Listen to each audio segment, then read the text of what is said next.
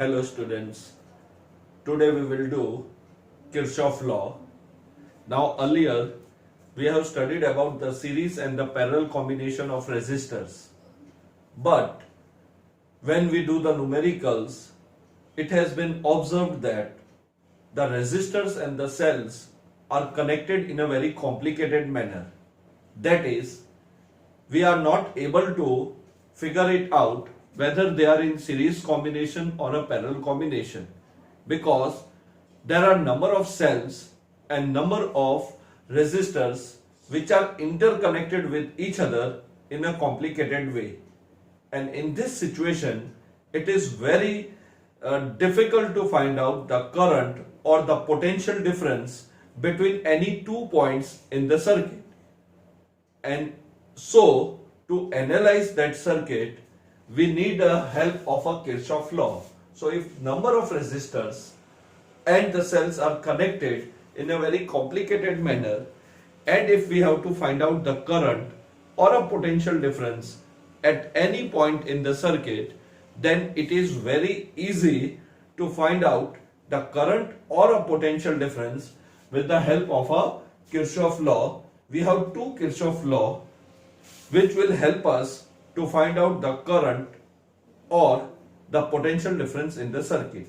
Now, before we move on to the Kirchhoff law, let us see some terminology which are frequently used while dealing with the Kirchhoff law. So, let us consider one circuit. Say, this is a resistor, the cell, a capacitor, again a resistor, another resistor, and then the cell. So we have a two cells, say E1, E2, and three resistors R1, R2, R3, and a capacitor. Now this capacitor, resistors, inductors, cells, they are the components for us. They are the component of any electrical circuit. So now if we see this diagram, here we have number of resistance as well as the two cells which are connected with a capacitor also. So we have a capacitor in a circuit. Now it is difficult to analyze this circuit, or it is difficult to find out the current in the circuit using the Ohm's law. So if we have a simple series or parallel combination having one or two cell, then it is very easy to apply the Ohm's law. Now suppose I want to find out the potential difference between these two plates of a capacitor. So it is not possible to apply the Ohm's law. Similarly, we cannot analyze the current flowing in the circuit easily using the Ohm's law. So let us say the current flowing through this is I. We will try to understand the direction of the current in the circuit. You will also see that the capacitor block the DC current. So capacitor does not allow the flow of DC current through it. There is a potential difference created between the two plates of capacitor. So if you don't understand how the current is being labeled, we will try to understand this with the help of Kirchhoff law. So this is for the time being. You assume some random circuit is been drawn, because we have to understand some terminology related to the Kirchhoff law. Now the first terminology which we will be using frequently is the network. So this diagram shown here is been referred as a network. So network is nothing but an electrical circuit which consists of various components, resistor, capacitor, cells, interconnected with each other in a complicated manner. So if any electrical circuit is consisting of many components which are interconnected in a complicated manner, means it is not possible to figure it out whether the resistors are in series or parallel combination, or how to find out the current or potential difference in the circuit, then that complicated electrical circuit will be referred as a network. So network is an electric circuit. So it is an electric circuit which consists of, so it is an electric circuit which consists of various components, that is resistors, cells, capacitor, etc. connected. An electric circuit which consists of various components connected in a complicated manner is called network. So the figure drawn here is our network. So you will come across this word frequently while doing the numericals or while studying the Kirchhoff law. Another the definition or the terminology is junction. Now junction is a point in an electrical circuit where more than two conducting wires or more than two conductor meets. So if you see this diagram, point A has two wires, one going towards B and one going towards F or E. Similarly, B has two paths, BA or BD. So they are not a junction. But if you see the figure point F or C.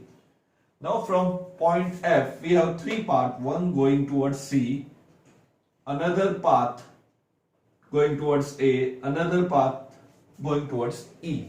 So at a point F or at a point C, you have two conducting wires or three conductors meeting at a point.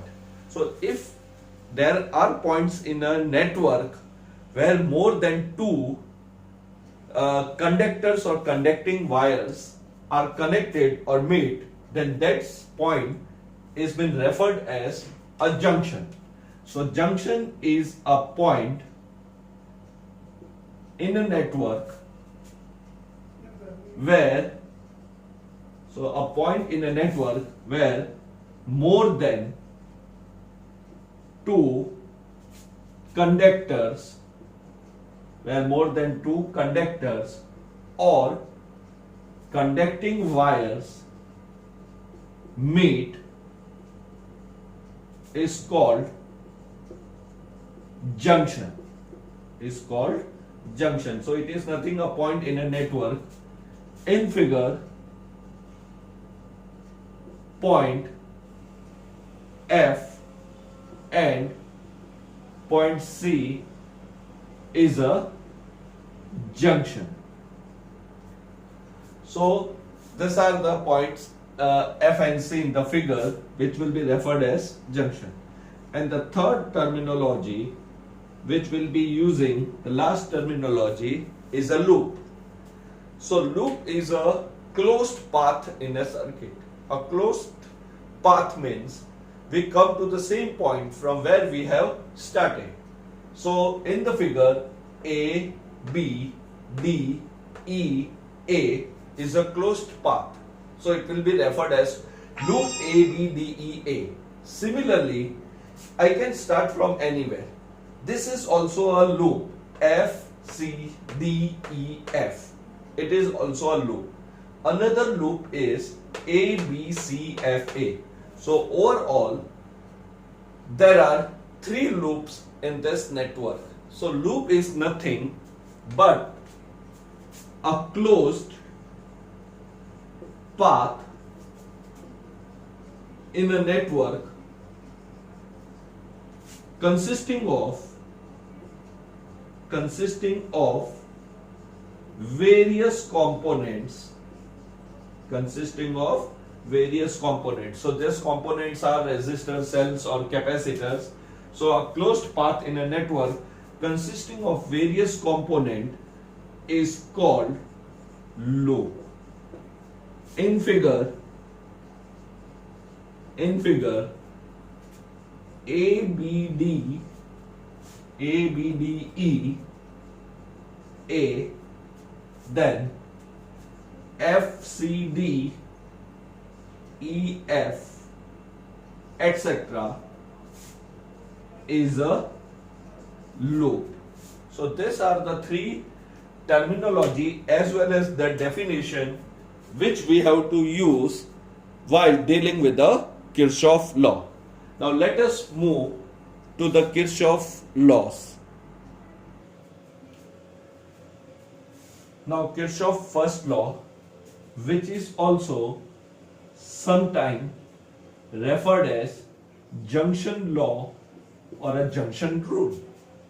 So there are two laws given by the scientist Kirchhoff. So first is Kirchhoff first law or a junction rule.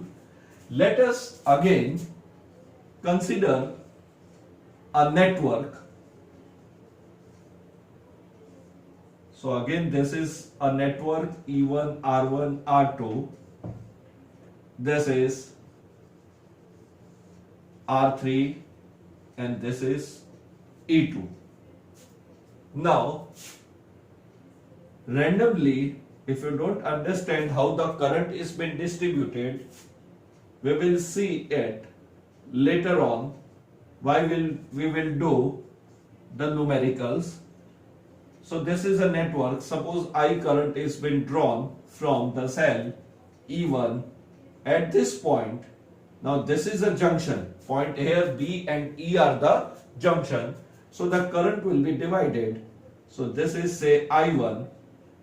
This is equal to, now if current I is coming at point B and out of that I current I1 is going towards A, the remaining current is I minus I1. Let us name that as I2 for the time being. This is I2, I1, then again I1 plus I2, it becomes I. So for the time being it is randomly written. We will see how to do the current distribution. So one network is drawn for your reference. Now let us consider one junction. So this is a junction where we have say 5 conducting wires are meeting. So I1, I2, I3, I4, say I5, and this is I6. So we have O as a junction and we have 6 wires meeting at a junction.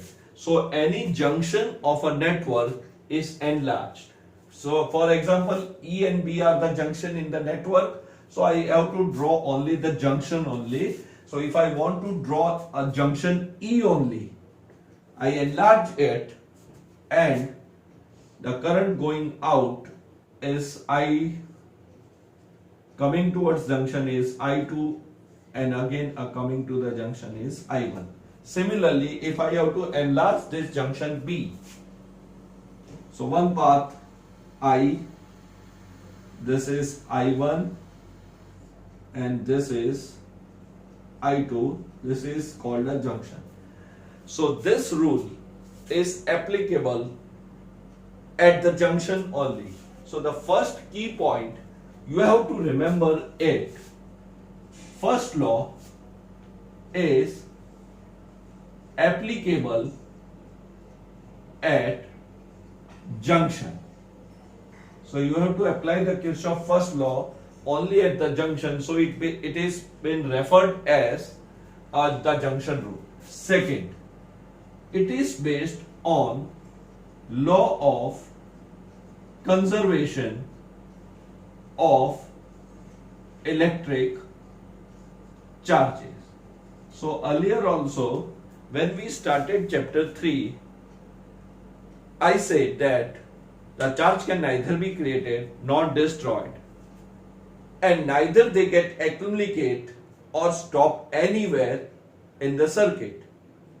So charge कहीं पे जमा नहीं होते हैं और ना ही charge कहीं रुकते हैं in the circuit. So whenever they get a conducting path, they keep on moving. So that is the same thing the Kirchhoff first law tried to explain, that at a junction, whatever current is coming at the junction, at the same time, that much amount of current should leave the junction, because the current is due to the motion of the charges. So whatever amount of charge comes at a junction, at the same time, that amount of charge should leave the junction, so that charge at any point in the circuit is neither created nor destroyed, but it keeps on moving in the circuit.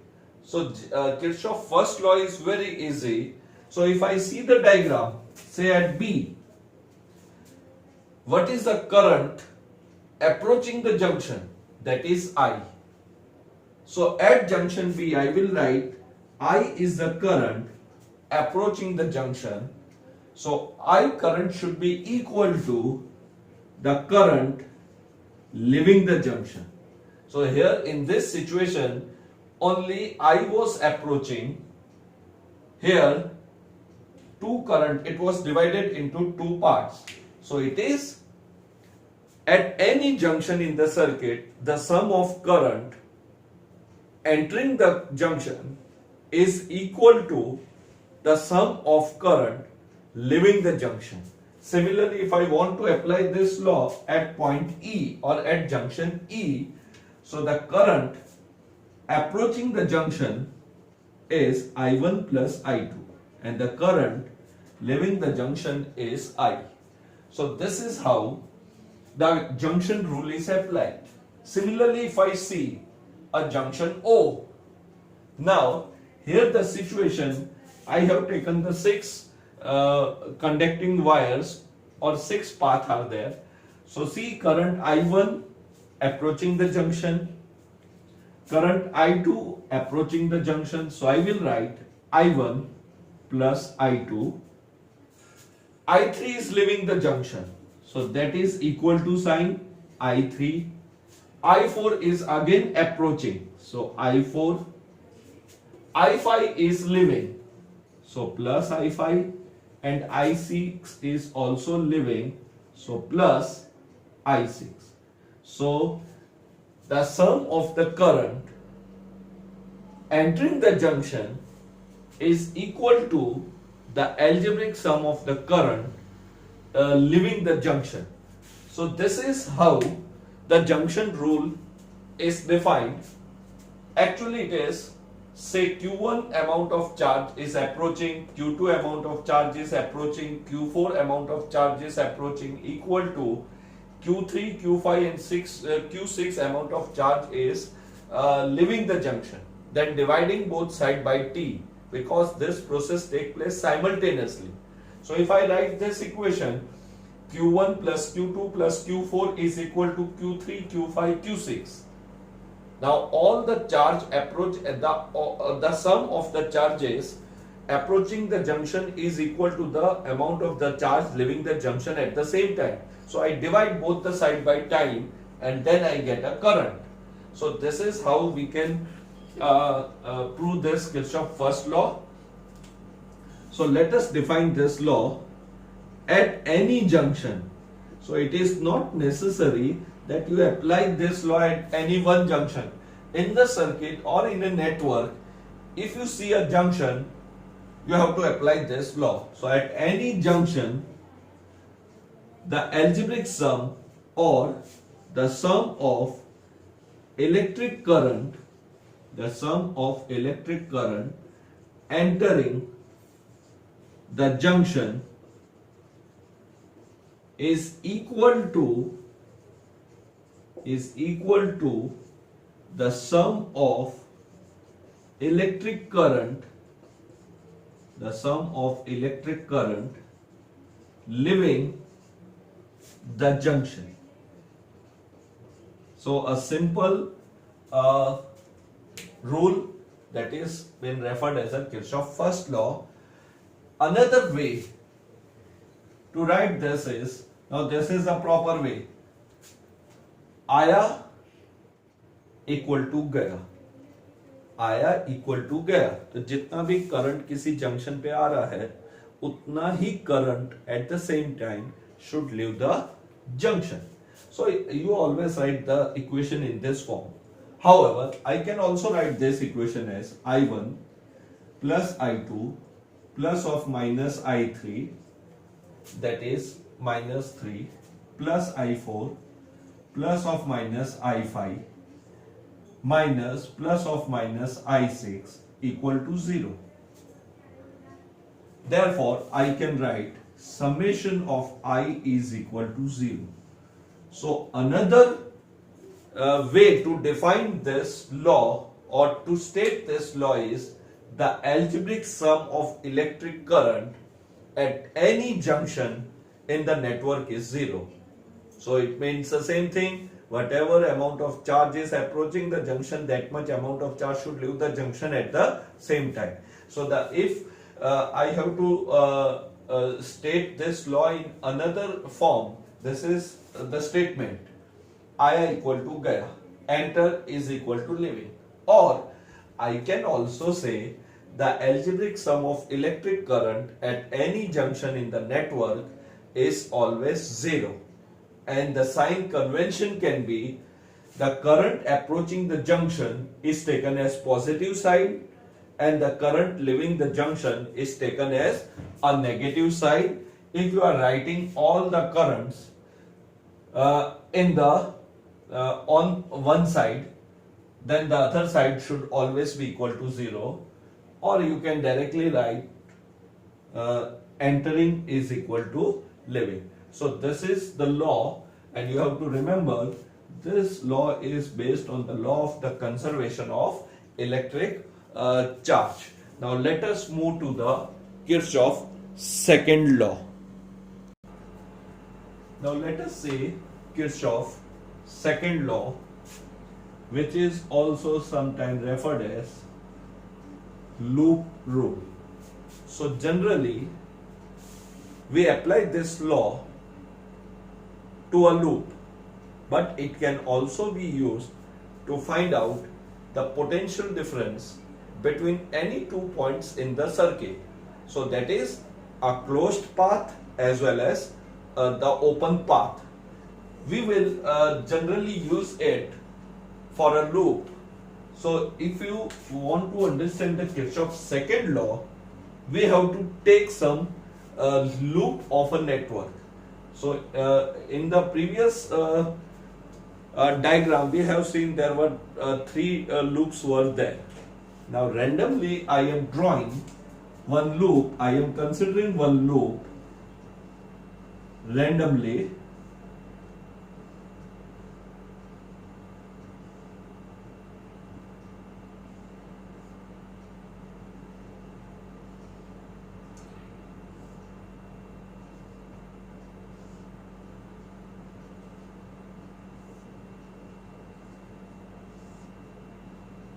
So this is one loop having resistors R1, R2, R3, R4 and a cells E1, E2. This rule will be more clear when we will be using it in the numericals. So if you see this network, it is a loop A, B, C, D, A.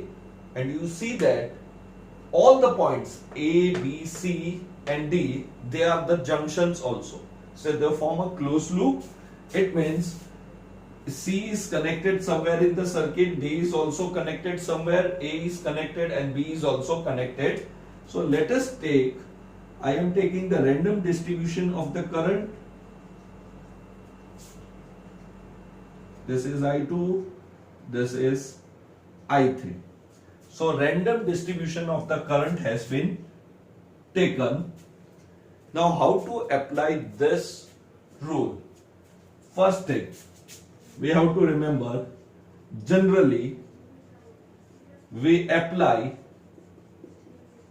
this law to a loop. Second, based on law of conservation, law of conservation of energy. So previous law, that was the first law, was based on law of conservation of charge.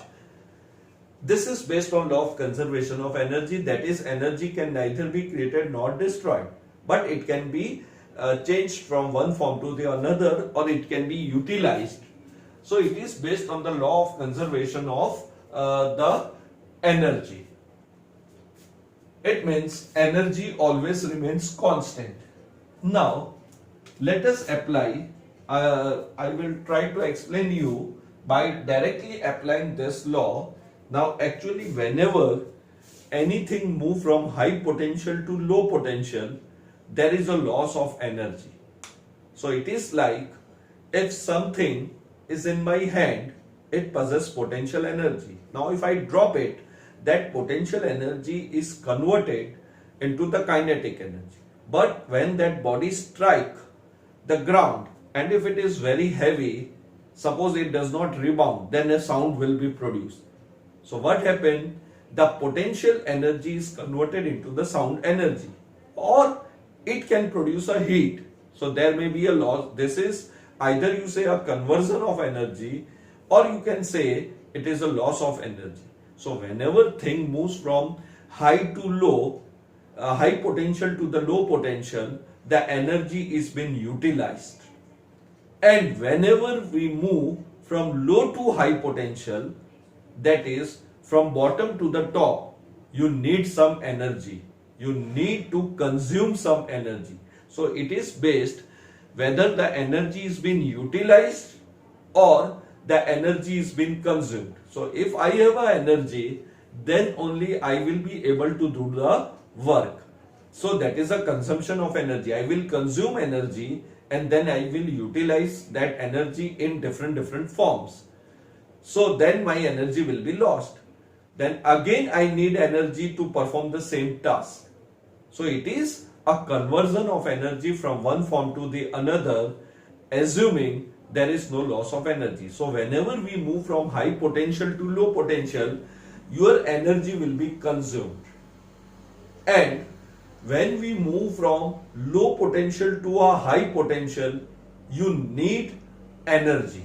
So I will say it, when you move from high potential to low, there will be a loss of energy.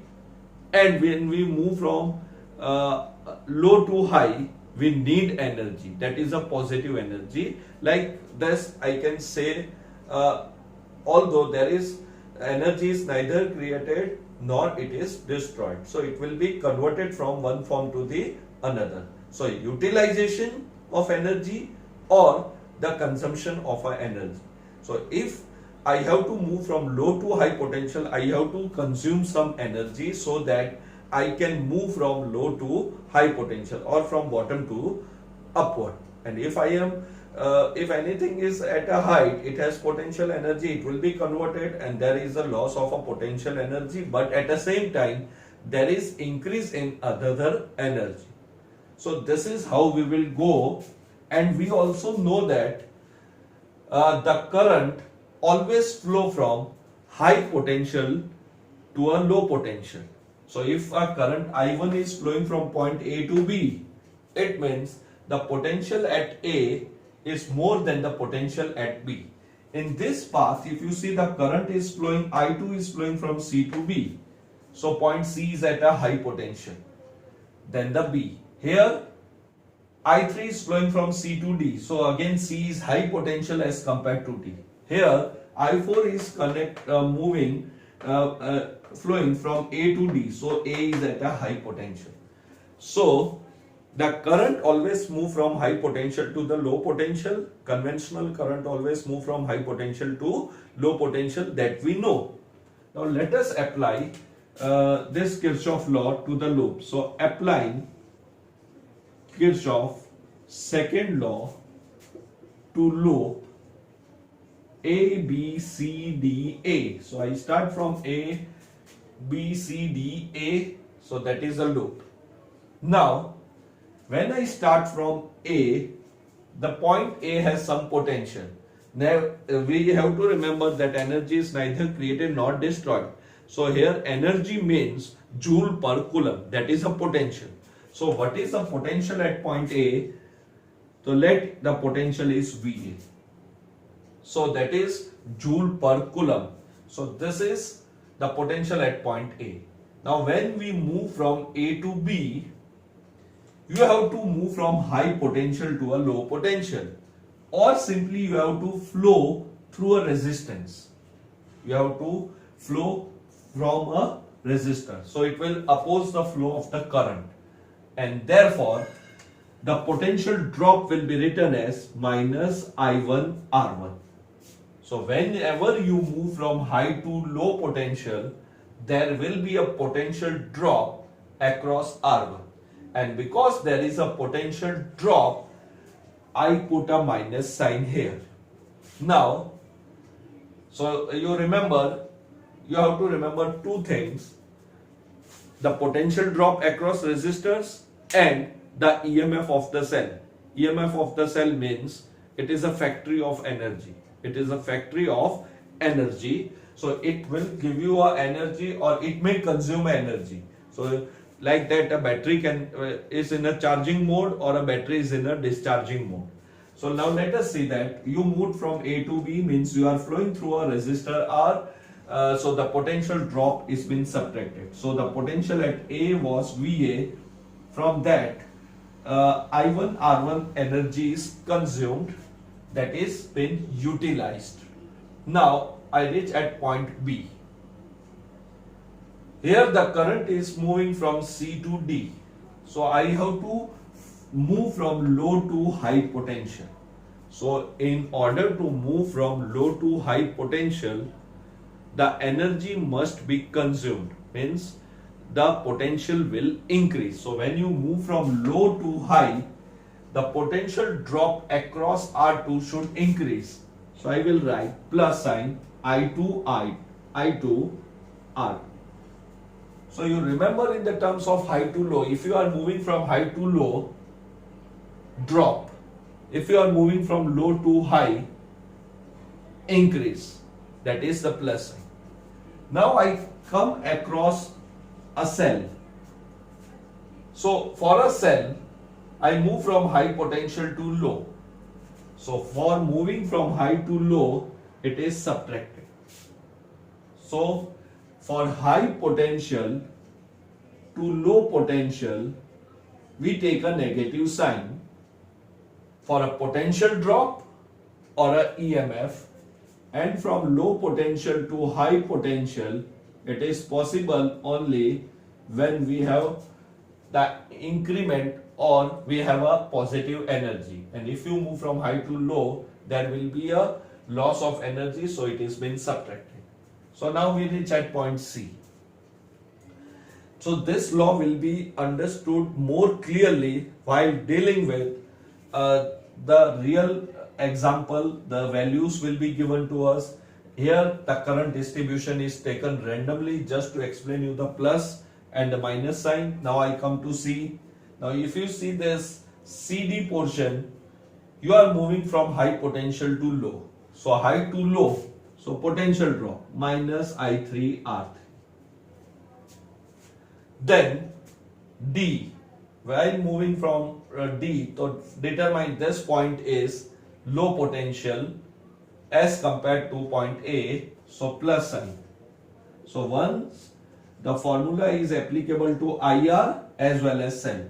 Now while moving through this cell, say EMF is E2, the plus terminal. So I am again moving from high potential to the low potential. Or let me change this, it is from minus to positive. So I am moving from low potential to high potential. So if I move from low to high, it should be plus sign. So plus E2, and I come back to A.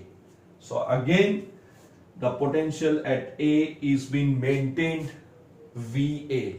So you see that there is no change in the energy. So in the place of energy, I will say energy per coulomb. So we started from A, the potential was VA. While coming back to A, again the potential at A remains same, that is VA. It is called single valuedness of potential. Here single valuedness of electric potential means in a network the potential at any point remain same, that is energy is neither created nor destroyed, or here it is energy per unit coulomb. So if I start from B, the energy per coulomb at B will remain same. So VA, now in order to do the calculation, I have to cancel this VA. So during the numerical solving, we will not mention this point. Instead of this, I will write directly 0. So this is the law. Now this can be written as, now if you see this is nothing but a potential drop or a potential difference. So I can do the summation of this I and R, and I do the summation of E also. So this can be written as summation of IR is equal to the summation of E, and we know that summation of E or E minus summation of IR is equal to 0, and therefore this is summation V is equal to 0. So the algebraic sum of potential, the algebraic sum of change in the potential, see potential is changing at each and every point. From at certain situation it is subtracted, somewhere it is added. So potential is changing, but the change in the potential is 0 because we started from A, we come back to A. So energy is neither created nor destroyed. So if I have here energy 5 joule per coulomb, then 1 is subtracted, 1 is added, say 2 is subtracted, 3 is added. In the end, if I do the summation of all this thing, VA minus etc. dash, then it comes out to be a V only. So that says the algebraic sum of the potential in the circuit is 0, means there is no change in the potential. So this is one way to write the Kirchhoff's second law, where energy can be added or subtracted, but the potential at any point remains fixed, that is A. So we started from A, we come back to A, there is no change in the potential or the potential at A. So potential at A is VA. Again when we come back, it is VA, same thing applicable to B, C, D. So at any point in the circuit or a loop, there is no change in the potential, it remains same. The energy is being added, subtracted, anything, answer comes out to be same. So if I start from 5, then 5 minus 1, 4, then again plus 1, it comes out to be same.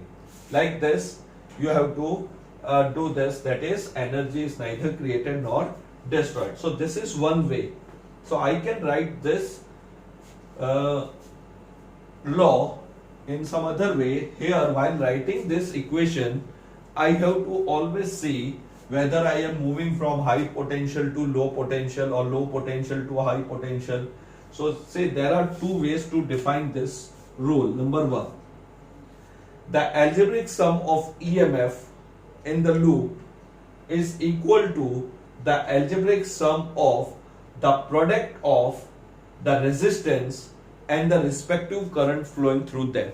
So this is one way to give the statement of this law. The algebraic sum of EMF in the loop, which consists of various resistors and cell, is equal to the algebraic sum of the product of resistance and the respective current flowing through them. They will be always equal. Or if I do this calculation, summation V comes out to be 0.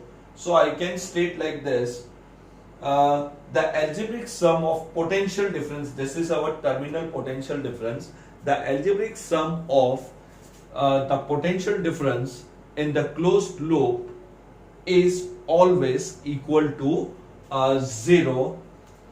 Or I can say the potential or there is no change in the potential at any point in the circuit, that is, the algebraic sum of change in potential around closed loop in the loop is 0. So algebraic sum of the potential, the algebraic sum of the change in potential, that is the change, somewhere the change is negative, somewhere the change is positive.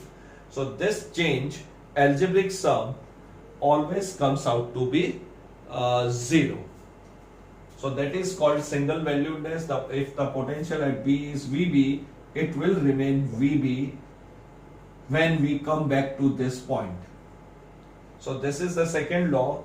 But while writing this equation, a long equation, you have to see whether we are moving from high to low or low to high.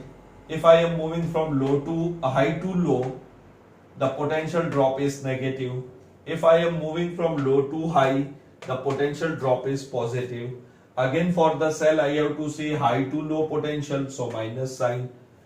Then low to high, I have to take plus sign. Now, this creates confusion sometime while dealing with Kirchhoff's second law. So what we will do, while applying this for any loop, I will put a equal to sign. I will write EMF on one side and the potential drop on the other side. And you have to remember simple rule, if you are moving in the direction of the current. So one is moving in direction of current.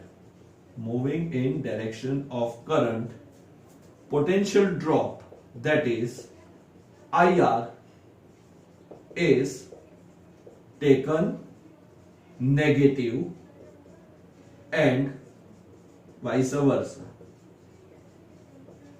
So if you are moving in the direction of the current, take IR to be negative, and if you are moving against the direction of the current, then you take IR to be positive. So this is a rule.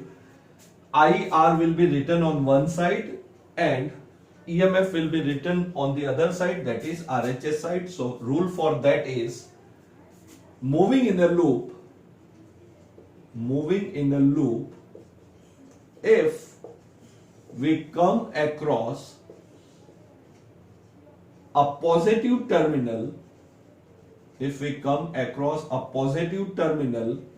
of a cell, its EMF is taken positive while writing on RHS of equation. So that is, I will write EMF on the right hand side of this equal to sign and vice versa. So this you have to remember that there are two rules. One is defined for IR. If you are moving in the direction of current, take directly IR negative, else positive. Similarly, if you come across a positive terminal, you take the EMF positive while writing on the right hand side. Now see, immediately we apply this law. I have to move from A, B, C, D, A.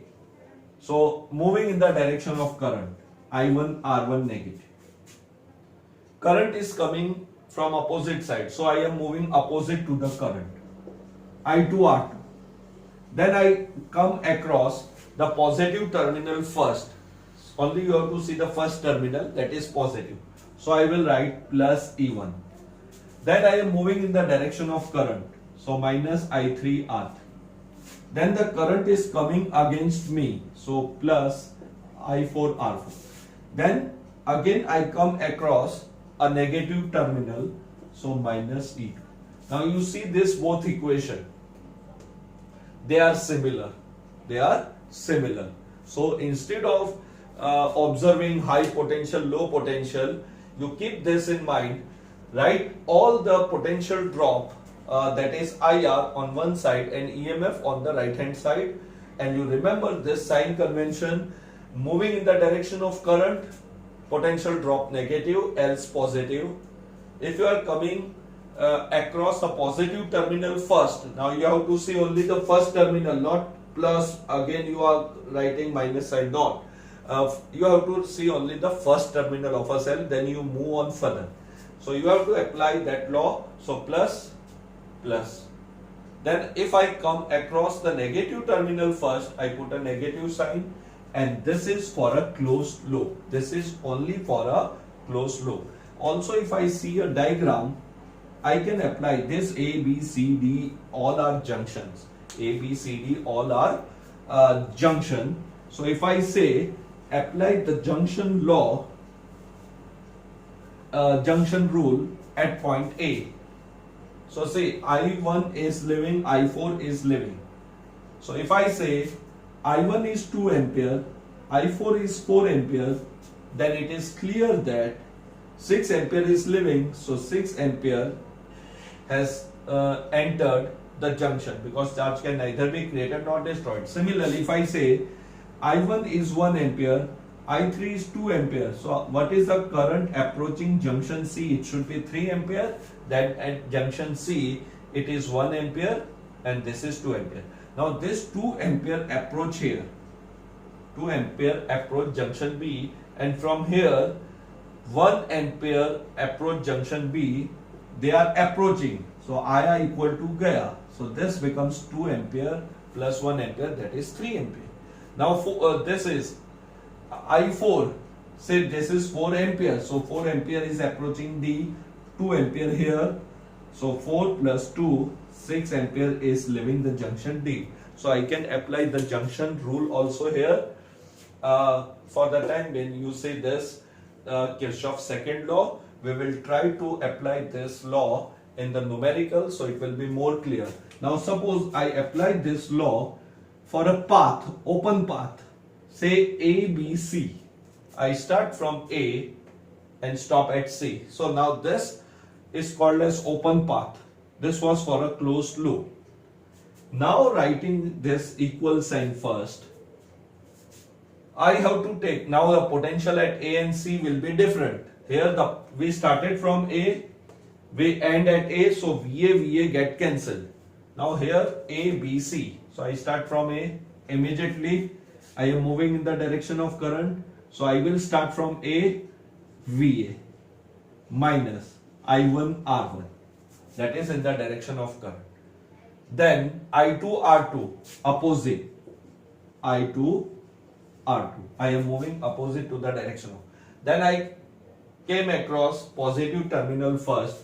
So plus A1. And now I stop at point C. So I will write plus VC.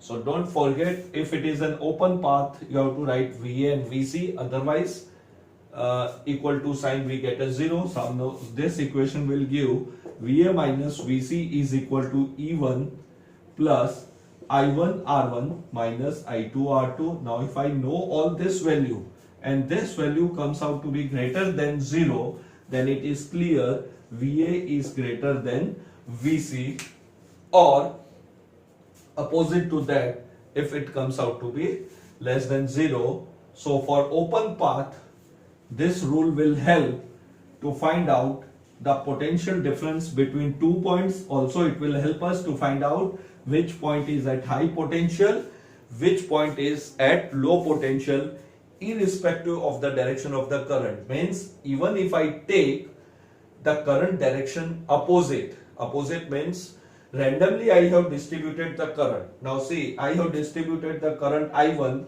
from A to B. But while solving the numerical, if I1 comes out to be negative, it means in actual case the current will be flowing from B to A. Same case applicable I2, that is flowing from C to B. But if I have distributed the current in other way, means not in a correct way, no problem, I can change it if I get a opposite sign. So if I2 comes out to be minus 1 ampere while dealing with the numerical, so it means instead of I2 flowing from C to B, in my answer I will write current is actually flowing from point B to C. So this will be helpful that we can distribute the current randomly but there are some logic to distribute the current also that we will see. It will come out. We will learn it by practice. Now the statement. Now what are the two statements? One was summation V is equal to 0 or summation of EMF is equal to summation of IR. So these are the two ways to define this. Or we can say the potential at any point always remain fixed. That is, energy can neither be created nor destroyed. So the algebraic sum of change in potential, the algebraic sum of change in potential in a closed loop, consisting of resistor and cells in the loop is 0. Means the potential at any point does not change. The energy or the energy per coulomb remain fixed. So the algebraic sum of change in potential in the closed loop consisting of resistors and cell in the loop is always 0, or simply I can say the algebraic sum of the terminal potential difference is always 0, or the algebraic sum of EMF is equal to the algebraic sum of the product of the resistance and the respective current flowing through it. So this is Kirchhoff's first and the second law. In the coming lecture we will apply this law to understand in detail how to find out the current or the direction of current or potential difference between any 2 points in a network. Have a nice day.